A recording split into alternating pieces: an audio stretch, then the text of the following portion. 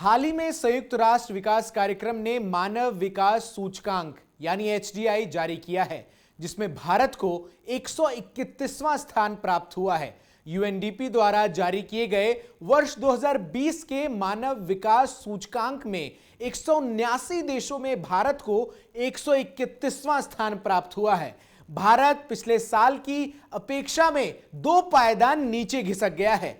हालांकि UNDP India के प्रतिनिधि का कहना है कि भारत की रैंकिंग में गिरावट का यह अर्थ नहीं कि भारत ने अच्छा नहीं किया, बल्कि इसका अर्थ यह है कि अन्य देशों ने भारत से बेहतर किया।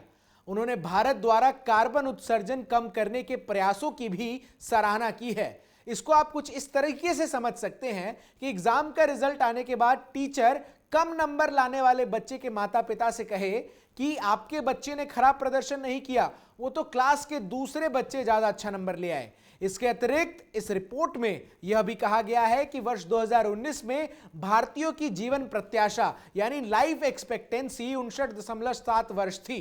गौरतलब है कि इस सूचकांक के माध्यम से यूएनडीपी किसी भी राष्ट्र में स्वास्थ्य, शिक्षा और जीवन स्तर को मापने का काम करता है। वर्ष 2020 की रिपोर्ट में भारत का एचडीआई वैल्यू 0.645 आंका गया है। इसके अलावा संयुक्त राष्ट्र विकास कार्यक्रम द्वारा जारी किए गए वर्ष 2020 के एचडीआई में नॉर्वे सबसे ऊपर रहा और उसके बाद आयरलैंड, स्विट्जरलैंड, हांगकांग और आइसलैंड का नंबर आता है। वहीं भारत के पड़ोसी देशों में भूटान 129वें नंबर पर है, बांग्लादेश 133वें स्थान पर है और नेपाल जो है उसको 142वां स्थान मिला है और पड़ोसी मुल्क पाकिस्तान 154 नंबर पर है। अब इस बार के मानव विकास सूचकांक में पहली बार यूएनडीपी ने प्रत्येक देश के प्रत्येक व्यक्ति के कार्बन उत्सर्जन और उसके मटेरियल फुटप्रिंट के कारण होने वाले प्रभाव को दर्शाने के लिए एक नई मीट्रिक की भी शुरुआत की है। यह वस्तुओं को बनाने के लिए और वस्तुओं को बनाने के साथ साथ सेवाओं का उपभोग करने के लिए उपयोग किए जाने वाले जीवन के ईंधन को, धातुओं को और अन्य संसाधनों की एक तरीके से मात्रा को मापता है। कुल मिलाकर हमने आपको बताया कि वर्ष 2020 के सूचकांक में क्या था, लेकिन चलिए अब हम आपको बता देते हैं कि आखिर ये एचडीआई होता क्या है और इसे कैसे निकाला जाता है।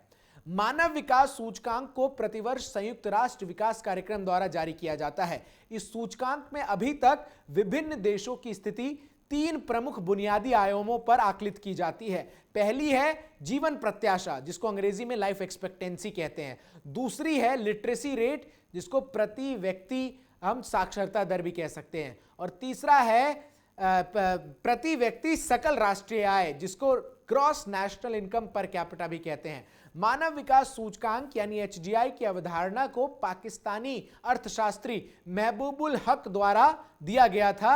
इस अवधारणा का बाद में 90 के दशकों में भारतीय अर्थशास्त्री अमर्त्य सेन ने भी समर्थन किया था। मेरा नाम है चंदन भारद्वाज। यदि आप इस वीडियो को हमारे YouTube चैनल पर देख रहे हैं तो हमारे YouTube चैनल को सब्सक्राइब करें और नोटिफिकेशन का आइकन दबाएं। और यदि इस वीडियो को हमारे Facebook पेज पर देख रहे हैं तो इस वीडियो को ज़्यादा से ज़्यादा शेयर करें। धन्यवाद।